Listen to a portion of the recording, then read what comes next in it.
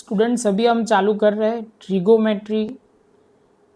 तो ये 10th class के लिए एक इम्पॉर्टेंट टॉपिक है, इंट्रोडक्शन ऑफ ट्रिगोमेट्री, जिसमें आज हम टॉपिक जो डिस्कस करेंगे वो है ट्रिगोमेट्री रेशियो। तो सबसे पहले आपको वो समझना होगा कि सर ट्रिगोमेट्री रेशियो क्या है बेसिकली। तो आपको पता है ये ट्रिगोमेट्री जो भी यूज़ होती है वो राइट एंगल ट्रायंगल में ही यूज़ होती है, मतलब जिसका एक एंगल 90 होना चाहिए, तब भी ये ट्रिगोमेट्री ए बी सी लिखते हैं। तो ए बी सी और ये जो एंगल बी है वो 90 होना चाहिए। तो सबसे पहले हमें ये समझना है। इसके बाद आपको जो पॉइंट इम्पॉर्टेंट देखना है कि ये क्या है, ट्रिगोमेट्री रेशियो क्या होता है। The trigonometry ratio of a side, the ratio of the side of right angle जिसका है, इसका रेशियो लेना है with respect to its acute angle. मतलब ये देखो, आप ध्यान से देखोगे तो ये राइट एंगल होगा 90 डिग्री का, और ये जो है दो अक्यूट एंगल है, उनकी साइड का रेशियो निकाल के जो मिलता है उसको बोलते हैं ट्रिगोमेट्री रेशियो। फिर से एक बार, ट्रिगोमेट्री रेशियो क्या होता है, तो आप बोलोगे सर राइट एंगल ट्राइंगल में एंगल, सपोज आप बोलते हो कि सर यहाँ एंगल जो है बी वो राइट एंगल ट्राइंगल है, एंगल एट अ बी वो राइट एंगल है। तो आप बोलोगे सर इसके अंदर ए और जो बी है उन दोनों के अक्यूट एंगल के अलग अलग रेशियो लिखते हैं उनकी साइड के हिसाब से, तो उनको बोलते हैं ट्रिगोमेट्री रेशियो। इनको बोल सकते हैं कि सर कई जगह पे trigonometry ratio are also called T ratio, T ratio भी उनको बोला जाता है। तो सबसे पहले हम स्टार्ट करते हैं। तो आप जब भी बोलते हो तो ये रेफरेंस बहुत ज़रूरी है कि अभी हम चालू करेंगे ये रेशियो में। तो आप देखोगे ये राइट एंगल ट्राइंगल है, तो इनका सिंपल वे में ये हाइपोटेनियस बोला जाता है, ये परपेंडिकुलर बोला जाता है, और ये बेस बोला जाता है। ये एक सिंपल वे में समझते हैं। लेकिन अभी हम नीचे जो फिगर दी हुई है आपको दिख रही होगी, तो अभी ये नीचे फिगर देख रहे हो, तो हमें बताना है कि ये एंगल ए के हिसाब से एंगल ए को रेफरेंस में रखते हैं, तो उनका बेस क्या होगा, हाइपोटेनियस क्या होगा और परपेंडिकुलर क्या होगा। तो सबसे पहले आपको समझना है, बहुत इंपॉर्टेंट है ये। बच्चे को ये आ गया तो उसके बाद जो मैं साइन कॉस की फॉर्मूला लिखवाऊंगा आपको 2 मिनट में समझ में आ जाएगी। आपको बेसिकली यही पॉइंट पे फोकस करना है। लगता बहुत इजी है, खाली शांति से देखते जाना। तो हम बोल रहे हैं कि एंगल ए के रेफरेंस के हिसाब से, आपको पहले मैं बेसिक समझा दूं। ये जो लंबी साइड है इसको हाइपोटेनियस बोलेंगे। क्या बोलेंगे? हाइपोटेनियस। तो आप बोलोगे सर ए सी है हाइपोटेनियस।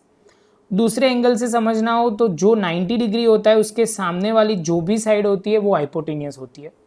फिर से, ये जो है एंगल बी वो 90 डिग्री है, और एंगल बी के सामने वाली साइड, सामने कौन है? ए सी, तो वो ऑलवेज हाइपोटेनियस होती है। पहला पॉइंट।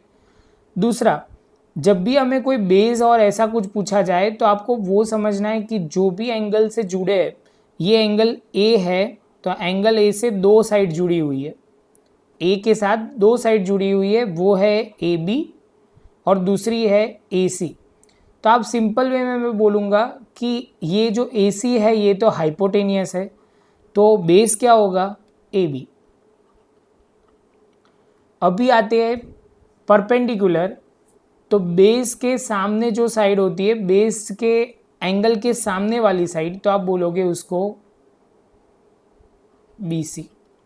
ये परपेंडिकुलर है। सेम वे यहाँ पे देखना है, एंगल रेफरेंस आपको देखना है। एंगल रेफरेंस है हमारा एंगल सी। तो आप बोलोगे सर ये बी के सामने वाली साइड, बी के सामने वाली साइड हाइपोटेनियस होती है, ए सी। बेस कौन बोला जाएगा? तो मैंने अभी समझाया, बेस एंगल के साथ ऑलवेज हाइपोटेनियस और बेस एंगल होता है। तो एंगल सी हमारा जो एंगल रेफरेंस के हिसाब से बेस बोलना है। तो आप बोलोगे सिंपल वे में, सर समझो ए सी के साथ 2 लाइनें जुड़ी है, एंगल सी के साथ 2 लाइनें जुड़ी है, एक ए सी और एक बी सी। एंगल सी के साथ एक ए सी और एक है बी सी। ए सी आपको पता है वो हाइपोटेनियस है, तो बी सी क्या होगा? बेस। सेम वे परपेंडिकुलर आपको देखना है, तो बेस के सामने जो होता है वो होगा ए बी, हमारा परपेंडिकुलर होगा। सेम वे ये थोड़ी ध्यान से देखने वाली है बात। यहाँ एंगल आर हमें बोला गया है कि रेफरेंस टू एंगल आर आप हाइपोटेनियस बताओ। तो हाइपोटेनियस तो फिक्स होती है कि जो एंगल क्यू के सामने, राइट एंगल के सामने कौन है, तो राइट एंगल के सामने जो साइड है वो है पी आर, वो हाइपोटेनियस हो जाएगी। बेस कौन अब बोला जाएगा, तो बेस बहुत सिंपल है, मैंने अभी समझाया। हमारे जो रेफरेंस में है एंगल आर, उसके हिसाब से दो साइड होती है, एक पी आर और एक है आर क्यू।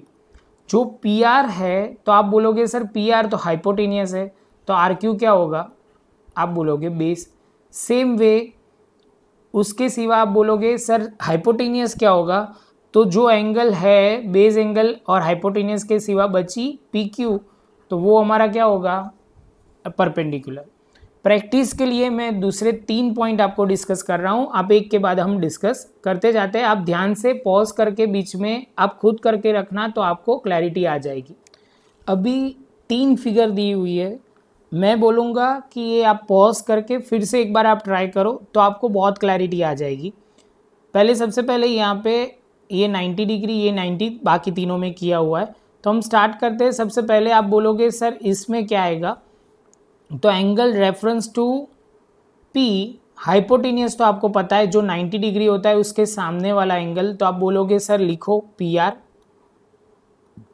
बेस बोलोगे तो मैंने बोला था कि बेस हमारा 2 पॉइंट हो सकते हैं, पी के सामने 2 साइड है बाजू में, मतलब पी आर, और दूसरा आप बोलोगे पी क्यू।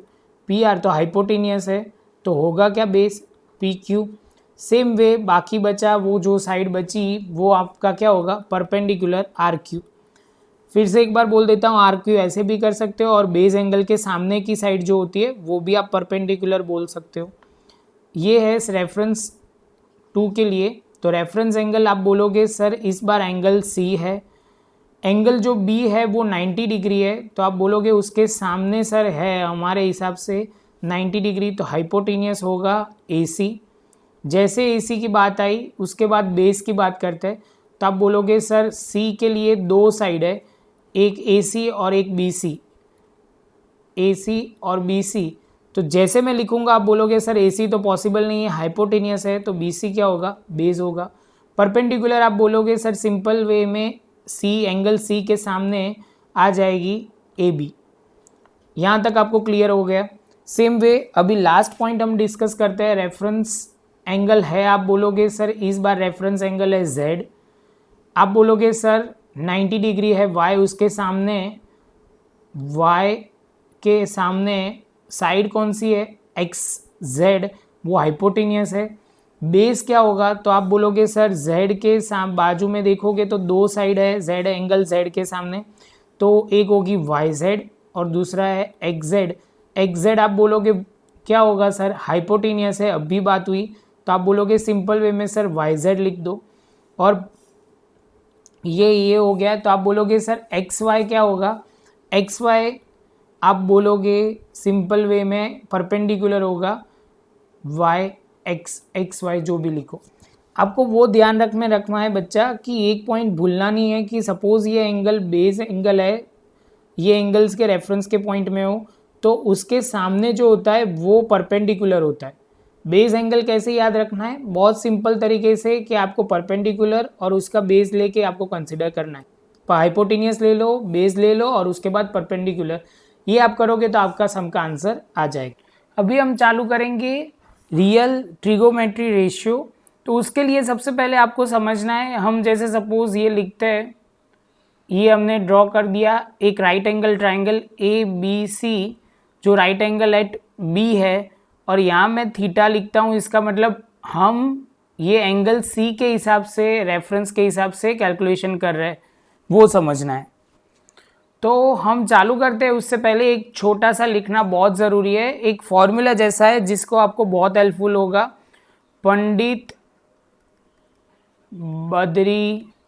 पंडित बद्री प्रसाद हर बोले। तो ये इसका कैसे यूज़ करना है वो पहले हम समझते हैं पहले। तो इससे पहले ये लिखना पड़ेगा साइन थीटा, और उसके एग्जैक्ट सामने हम लिखेंगे कॉसेक थीटा। जैसे नीचे जाएंगे कॉस थीटा और उसके सामने सेक थीटा, टेन थीटा उसके एग्जैक्ट सामने कॉट थीटा। जैसे ये हो जाएगा तो पहले इन तीन की बात करते हैं। इसकी फॉर्मूला कैसे बनेगी, यहाँ से P लेना है और यहाँ से H लेना है। P अपॉन H मतलब perpendicular upon hypotenuse. Same way यहाँ से B लेना है और यहाँ से H लेना है, तो B अपॉन H हो जाएगा बेस अपॉन हाइपोटेनियस। और यहाँ पे 10 में P अपॉन B, तो मतलब परपेंडिकुलर अपॉन बेस। अभी आपको ये चीज़ ध्यान में रखनी है कि यहाँ जो कॉसेक होगा वो साइन का इन्वर्स होता है, तो मतलब होगा H अपॉन P। इसको रेसिप्रोकल बोलते हैं हम, जो है उसका उल्टा कर देना। यहाँ लिखेंगे H अपॉन B। आप बोलोगे सर कहाँ से लेके आए, तो कॉस का इन्वर्स सेक है और कॉट का इन्वर्स क्या है, तो आप बोलोगे कॉट का इन्वर्स है सर टेन थीटा। तो आपको जो 10 का आंसर आया है उसका रिवर्स कर देना है। तो एक बच्चा बोलेगा कि सर इसमें तो हम ऐसे भी लिख सकते हैं, cosec theta is equal to 1 upon sine theta, और sine theta is equal to 1 upon cosec theta. तो आप लिख सकते हो, ये भी आपको क्लियर होना बहुत ज़रूरी है। तो आप बोलोगे सर एक और तरीके से यहाँ पे भी लिख सकते हैं, सिंपल। आप बोलोगे sir sec theta is equal to 1 upon cos theta, और यहाँ पे हम लिखेंगे cos theta is equal to 1 upon sec theta, और लास्ट में cot theta is equal to 1 upon tan theta, और tan theta is equal to 1 upon cot theta. ये आपको याद रखना है खाली कि कौन किसका रेसिप्रोकल है, अदरवाइज आप घूम जाओगे। जब सम करोगे तब आपको बहुत कन्फ्यूजन क्रिएट होगा। तो आप ध्यान से ये वीडियो देखना और एक बार लिख लेना प्रॉपर अपनी लैंग्वेज में, तो आपको बहुत इजी रहेगा। ये चार्ट से आपके आधे सम आराम से हो जाएंगे। और बाद में लिखना एक इम्पॉर्टेंट रूल है, वो फॉर्मूला लिखने से पहले, चलो पहले लिख लेते हैं फॉर्मूला ही सीधा। Tan theta upon cos theta is equal to tan theta. ये आपको आगे जाके बहुत हेल्पफुल होगी। आप बोलोगे सर ये कैसे लेके आए, तो मैं लिखता हूँ, देखो sine theta upon cos theta. जैसे मैं ये लिखूंगा तो एक बच्चा बोलेगा सर साइन की जगह आप लिखो P अपॉन H, और यहाँ पे B अपॉन H। मैंने वो लिखा यहाँ पे P अपॉन H, और एक बच्चा बोलेगा सर ये रेसिप्रोकल मतलब डिनोमिनेटर विल बी न्यूमरेटर, तो यहाँ पे H अपॉन B हो जाएगा। ये H कट हो गया तो P अपॉन B। तो एक बच्चा बोलेगा सर इसको तो हम क्या बोलेंगे, P अपॉन B को टेन थीटा बोलेंगे, और उसके साथ हमारा आंसर आ जाएगा। ये फॉर्मूला आपके लिए बहुत ज़रूरी है। एक्सरसाइज 8.1 के लिए ये बेसिक है। तो मैं आपसे कहूँगा कि ये वीडियो शांति से पॉज करके एक बार देख लीजिए, लिख लीजिए और ओरल कर लीजिए, और उसके बाद मैं एग्जाम्पल करवा रहा हूँ। आप एक के बाद एक ध्यान से देखते जाइए और उसके बाद 8.1 में जाएंगे।